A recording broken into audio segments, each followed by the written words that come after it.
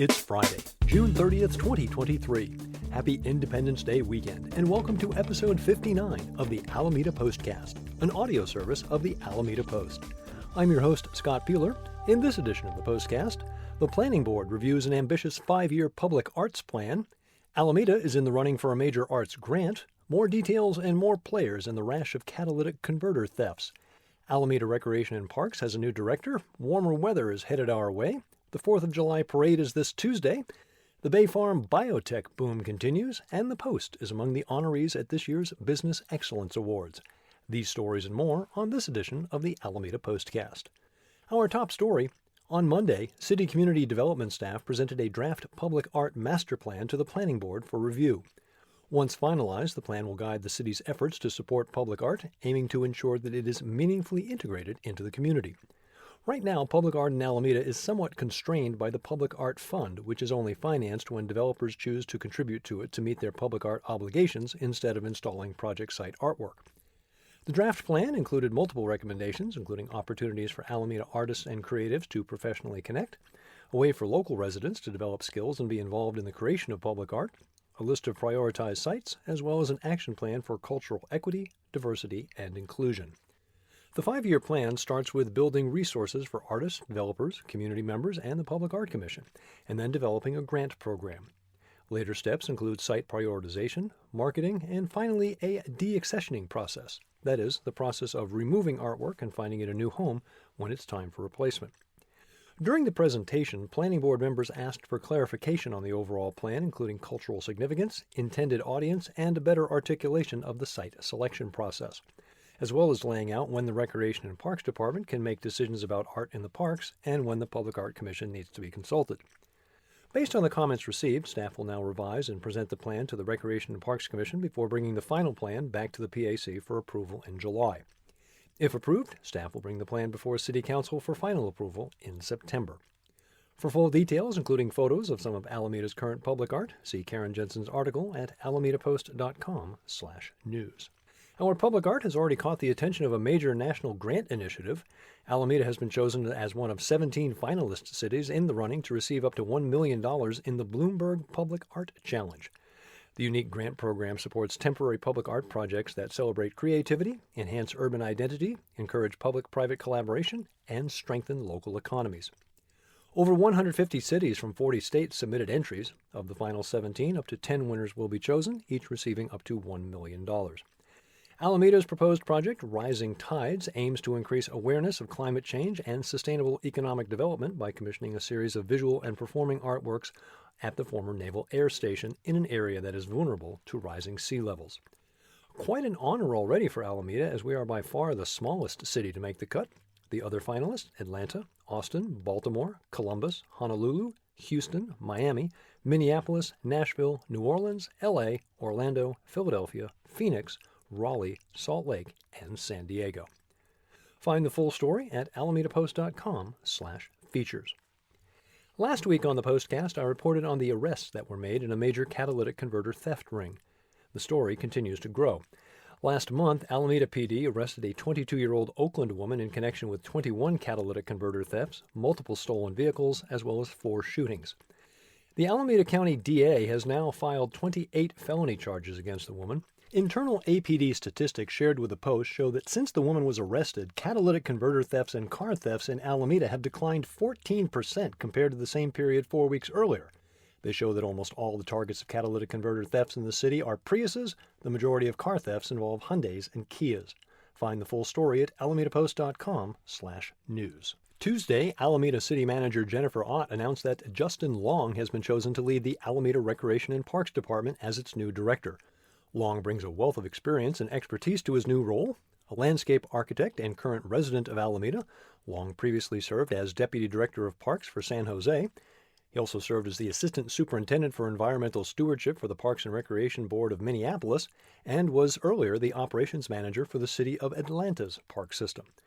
Justin will have plenty to keep him busy, heading up California's third oldest recreation program with a network of 26 parks covering 200 acres, along with 17 recreation facilities and, of course, a 45-hole golf course. Get to know Justin at alamedapost.com/news. This holiday weekend brings something to Alameda we haven't seen in quite a while. temperatures that begin with a 7, maybe even an 8.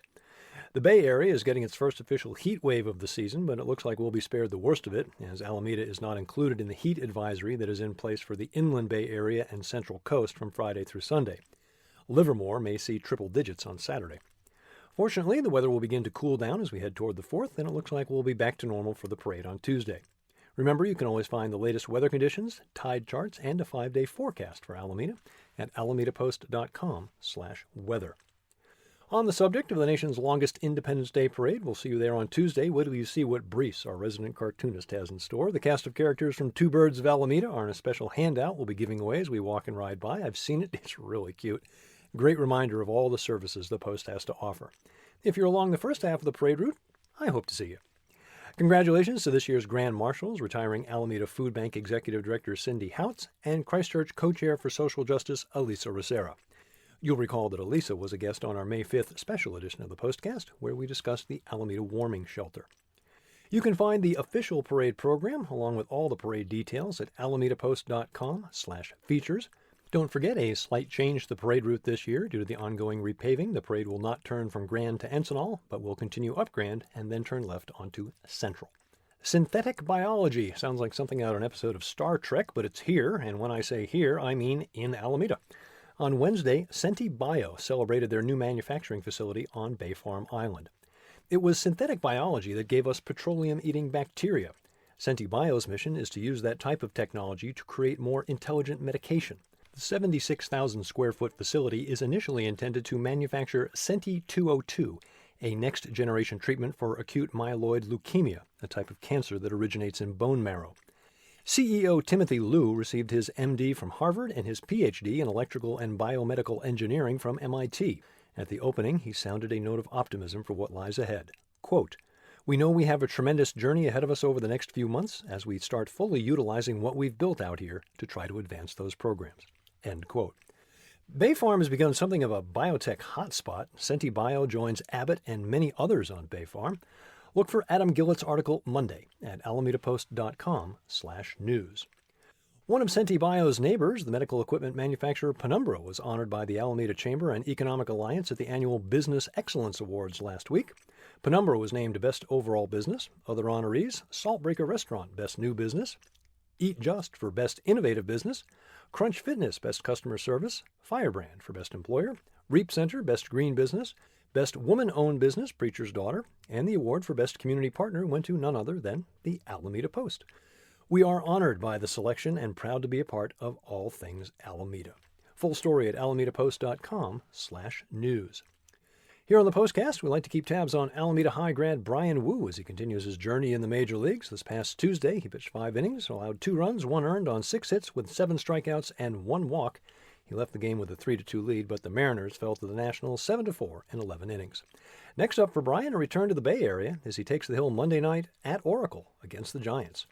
If you're listening early on Friday morning, are free at 10 a.m., and have a spare 15 cents, I have a suggestion. Head over to the Alameda Theater and Cineplex. They're celebrating their 15th anniversary with a morning showing of The Wizard of Oz. If you've never seen The Wizard of Oz on a big screen, it is a completely different experience. Burt Lahr as the Cowardly Lion is utterly hilarious.